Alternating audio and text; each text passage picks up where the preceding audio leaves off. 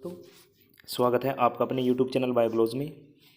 मैं गोपाल सिंह आशा करता हूँ कि आप सब स्वस्थ होंगे और अपनी पढ़ाई में व्यस्त होंगे। आज का हमारा जो टॉपिक है बहुत ही इंटरेस्टिंग होने वाला है। तो आज हम लेके आए हैं ब्रायोफाइटा। ब्रायोफाइटा के सामान्य लक्षण और ब्रायोफाइटा की उत्पत्ति कब हुई और किस किस ने इसकी उत्पत्ति करी और ब्रायोफाइटा के क्या सामान्य लक्षण हो सकते हैं, सब कुछ देखने वाले हम इस अपने लेक्चर में। तो चलिए स्टार्ट करते हैं। देखिए, सबसे पहले हम देखते हैं कि जो ब्रायोफाइटा है, जिसे पादप जगत का उभयचर भी कहा जाता है, आज हम उसी के बारे में चर्चा करने वाले हैं। तो सबसे पहले हम देखते हैं कि टर्म यूज्ड बाय, यानी हम ये कह सकते हैं कि जो ब्रायोफाइटा है इसकी खोज सबसे पहले किसने करी, तो रॉबर्ट ब्राउन ने की। और कब की? 1864 में की। उसके बाद स्टडी इज़, जो इसकी स्टडी है ब्रायोफाइटा की, तो इसकी स्टडी को क्या कहा जाता है, या हम ये कह सकते हैं कि ब्रायोफाइटा का जो अध्ययन है वो क्या कहलाता है, ब्रायोलॉजी कहलाता है। इसके बाद आप देखिएगा फादर ऑफ ब्रायोलॉजी, या हम ये कह सकते हैं कि जो ब्रायोफाइटा का जो अध्ययन है, स्टडी है, उसके जो खोज सबसे पहले करी है, फादर उसके कौन कहलाएंगे, पिता में वे होंगे हेडविंग। हेडविंग इसके पिता में कहलाते हैं। लेकिन एक चीज़ हम यहाँ पर और देखेंगे कि फादर ऑफ इंडियन ब्रायोलॉजी के, जो भारत में जो ब्रायोफाइटा है उसकी खोज के जो जनक हैं वे किसे कहा जाता है, तो आप यहाँ देखिए कि प्रोफेसर SR कश्यप को कहा जाता है। ये मोस्ट इंपॉर्टेंट पर्सन है कि भारत में जो इंडियन जो ब्रायोलॉजी के जनक हैं वे कौन है, वो प्रोफेसर SR कश्यप हैं।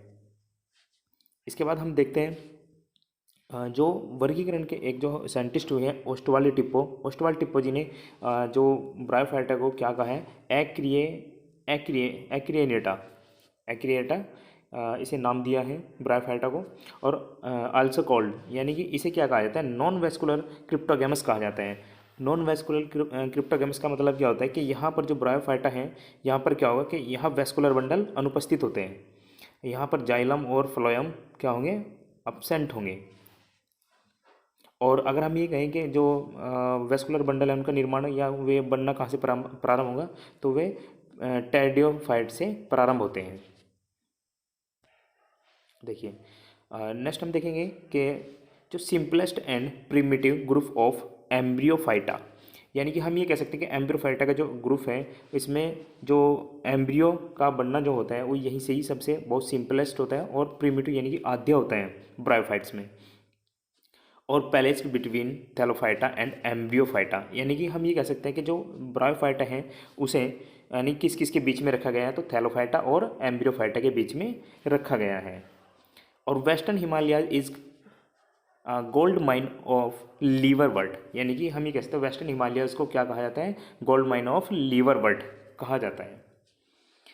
अब हम और देखते हैं कि ये जो डोमिनेटेड है, यानी कि जो ब्रायोफाइट्स हैं ऑन द अर्थ अबाउट, यानी कि जो ब्रायोफाइट्स हैं वे कब पृथ्वी पर इनकी उत्पत्ति कब हुई, तो लगभग 350 million years ago, 350 million years पहले इनकी उत्पत्ति हुई होगी इन, है ना, पैलेजोइक और सीनोजोइक ईरा में। उस समय जो एक युग था उस समय पैलेजोइक या मिसोजोइक युग में इनकी उत्पत्ति हुई होगी, लगभग कितने, 350 मिलियन ईयर्स पहले। अब हम यहाँ से देखेंगे नियर अबाउट, यानी कि 960 जेनेरा एंड 24,000 स्पीसीज़, यानी कि 960 इसकी क्या है, वंश हैं और 24,000 इसकी लगभग कितनी है, इसकी जातियाँ हैं, स्पीसीज इसकी जातियाँ।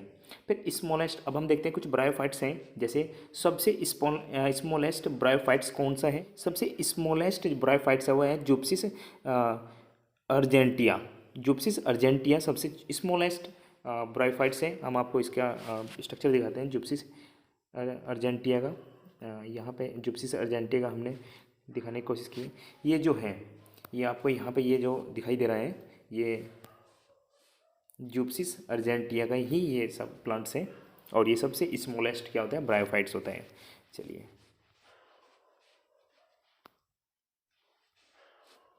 ठीक है ना। इसके बाद हम देखते हैं कि जो लार्जेस्ट हैं, लार्जेस्ट ब्रायोफाइट्स कौन है, डाउजोनिया सुपरबा, डाउजोनिया सुपरबा ये सबसे लॉन्गेस्ट है, सबसे लार्जेस्ट, सॉरी ये सबसे लार्जेस्ट है, बड़ा है। और लॉन्गेस्ट कौन हो गया, फोंटेनेलिस, ये फोंटेनेलिस ये सबसे लॉन्गेस्ट है।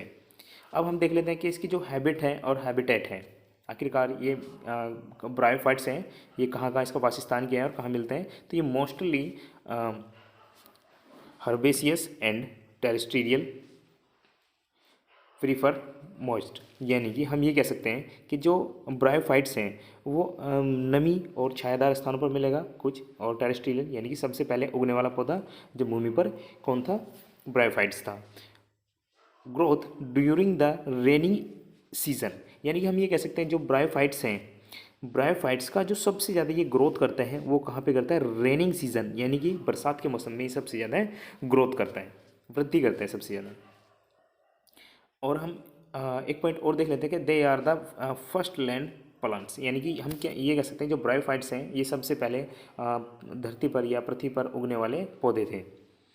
Water necessary for the growth and fertilization, यानी कि जो ब्रायोफाइट्स हैं इसमें बहुत मुख्य भूमिका निभाता है इनके वृद्धि में और इनके निषेचन में। फर्टिलाइजेशन मीन्स क्या होते हैं, निषेचन, इनके निषेचन में जल बहुत आवश्यक होता है। और सबसे मुख्य जो पॉइंट है वो यहाँ से प्रश्न पूछा जाता है, इज कॉल्ड, यानी कि जो ब्रायोफाइट्स हैं वो amphibian of the plant kingdom, यानी कि ये पादप जगत का क्या है, पादप जगत का, पादप जगत का उभयचर, उभयचर, पादप जगत का उभयचर किसे कहा जाता है, ब्रायोफाइट्स को कहा जाता है। अब हम इनकी कुछ स्पीसीज़ के बारे में जान लेते हैं, कुछ देखते हैं हम इनकी स्पीसीज़। देखिए एक्वाटिक ब्रायोफाइट्स, यानी कि हम ये कह सकते हैं जो जलीय ब्रायोफाइट्स हैं, एक्वाटिक का मीन्स क्या होता है, जो जल में रहने वाले हैं। तो वो कौन कौन से होंगे, रिक्सिया फ्लूटेंस, रिक्सिया फ्लूटेंस एक जलीय ब्रायोफाइट्स हैं, और रिक्सियो कार्पल्स नेटस, है ना, ये क्या है, ये भी एक एक्वाटिक ब्रायोफाइट्स है। और राइसेला ये भी क्या है, एक एक्वाटिक ब्रायोफाइट्स हैं, ये इसी कुछ प्रजातियां हैं जो जल में मिलती हैं। और ये वाला प्रश्न तो कई बार पूछा गया है कि रिक्सिया फ्लूटेंस ये जलीय ब्रायोफाइट्स हैं। हम देख लेते हैं कि स्फैग्नम है, स्फैग्नम को अन्य नाम से किन किन नामों से जाना जाता है, ये यहाँ से प्रश्न मोस्ट वेरी वेरी इंपॉर्टेंट, यहाँ से प्रश्न पूछा जाता है कि स्फैग्नम, एक इसे पीट मॉस भी इसे ही कहा जाता है, टर्फ मॉस भी इसे ही कहा जाता है, कॉटन मॉस भी स्फैग्नम को कहा जाता है, और बॉग मॉस भी स्फैग्नम को ही कहा जाता है। और एक है फोंटिनेलिश, ये इसे और किस नाम से जाना जाता है, ब्रोक मॉस के नाम से फोंटेनेलिस को जाना जाता है। ये सब प्रजातियाँ किसकी हैं, ब्रायोफाइट्स की हैं। इसके बाद हम देखते हैं कि एपीफाइटिक, एपीफाइटिक मतलब क्या है, ऊपर, और फाइट यानी एपी मतलब क्या होता है ऊपर, और फाइटिक मतलब प्लांट, यानी जो ऊपर मिलते हैं प्लांट, जैसे फ्लूनेलिया, फ्लूनेलिया, और इसके बाद है रेड्यूला है, और इसके बाद है डेंड्रोसिरोस, ये क्या है, ये कुछ विशेष प्रकार की ब्रायोफाइट्स की जातियाँ हैं। सेफ्रोफाइटिक है, जैसे बॉक्सबोनिया है, और बॉक्सबोनिया एफ बॉक्सबोनिया एफिलाई, ठीक है। और थैलस है, क्रिप्टोथैलस है, मिरेबिलिस, ये इसी कुछ विशेष प्रजातियां हैं। और एक है मीनियस हॉर्नस, है ना, हॉर्न, ये क्या है, सैप्रोफाइटिक है। ये सारी किसकी प्रजातियां हैं, ये ब्रायोफाइट्स की प्रजातियां हैं। इसके बाद हम देखते हैं जीरोफाइटिक, है ना, जीरोफाइटिक क्या है, पोलिट्राइगियम, इसे हम क्या कहते हैं, हेयर कैप मॉस, और टोरुला डिस्टोरियम, ये भी क्या है, ये भी एक जीरोफाइटिक ब्रायोफाइट्स हैं। फिर हम देखते हैं कि जो डेयरी रोग से हैं आखिरकार उन पे कौन कौन से जो ब्रायोफाइट्स हैं वे मिलते हैं। पोरेला, है ना, और पोरेला प्लेटी फाइलम, ये क्या है, ये सब ब्रायोफाइट्स हैं। अब हम आपको कुछ ब्रायोफाइट्स की विशेष प्रजातियां दिखाएंगे। ये कुछ, ये देखिए, ये जो है ये ब्रायोफाइट्स की, ये मार्केंसिया का प्लांट है, ये सब एक ब्रायोफाइट्स है। और आपको इसमें एक विशेष संरचना इसमें दिखाई दे रही होगी कि आप यहाँ पर देखिए कि ये जो है ब्रायोफाइट्स, इसमें पत्ती जैसी स्ट्रक्चर तो दिखाई दे रही है, लेकिन इसमें जड़ें नहीं है, जड़े के स्थान पे ये हल्के हल्के ये यहाँ पर आपको धागे जैसी संरचना दिखाई दे रही है। इसे क्या कहा जाता है, इसे कहा जाता है राइजोइड्स, इसे कहा जाता है राइजोइड, है ना, इसे कहा जाता है जी राइजोइड्स या राइजोइड्स। और जड़ों के स्थान पर ये राइजोइड्स होते हैं। राइजोइड्स का मुख्य कार्य क्या होता है कि ये जो प्लांट की बॉडी है उसे एक जगह स्थिर करके रखते हैं, और जितने भी वाटर हैं और साथ साथ में मिनरल्स हैं उनका सबका अवशोषण कौन करते हैं, ये राइजोइड्स के ही माध्यम से ही करते हैं। इसके बाद हम ये देखते हैं, ये एक मार्केंसिया का पौधा था, ये फ्यूनेरिया का पौधा है। ये सब क्या है, ये सब ब्रायोफाइट्स, कुछ मुख्य ब्रायोफाइट्स हैं। और ये हमने आपको बताया था जोप्सिस, ये सबसे छोटा पौधा है ब्रायोफाइट्स का। तो देखिए दोस्तों, आज हमने बात की ब्रायोफाइट्स के जो मॉर्फोलॉजी है, या इसके हम ये कह सकते हैं कि इनके सामान्य लक्षण हैं, उसके ऊपर हमने चर्चा की कि आखिरकार ब्रायोफाइट्स कहाँ कहाँ मिलते हैं और इसकी संरचना कैसी होती है। ये इसकी एक सामान्य लेक्चर था, और नेक्स्ट लेक्चर में हम लेके आएंगे ब्रायोफाइट से संबंधित बहुत सारी इंटरेस्टिंग बातें। तो तब तक के लिए आप बने रहिए हमारे यूट्यूब चैनल बायोग्लोज पर।